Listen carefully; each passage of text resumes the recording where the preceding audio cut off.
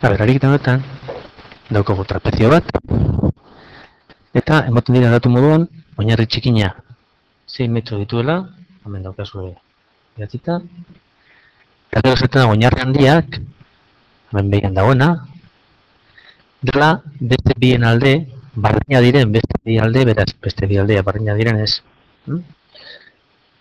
Aldeek batuta neurtzen dutena. Orduan, bakarrik datu horrekin, aterako dugu idala biekin. Moten da trapezioaren perimetroa. Trapezioaren perimetroa lortzen dela batuz alde guztiak. Beraz, I gehi 2x gehi 6 berdin 38. Bueno, sistema daukagu planteatuta eta ontxe ebatziko dugu.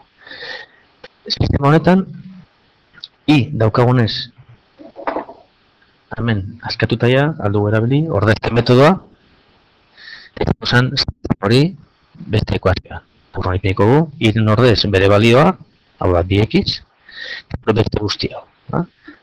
Gehi 2x, gehi 6, berdin, 38.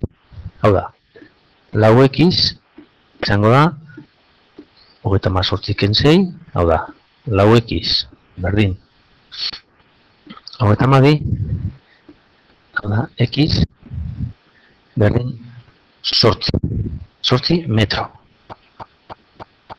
Vale? I 8 metro bada, x 8 metro bada, I hemen daukagunez,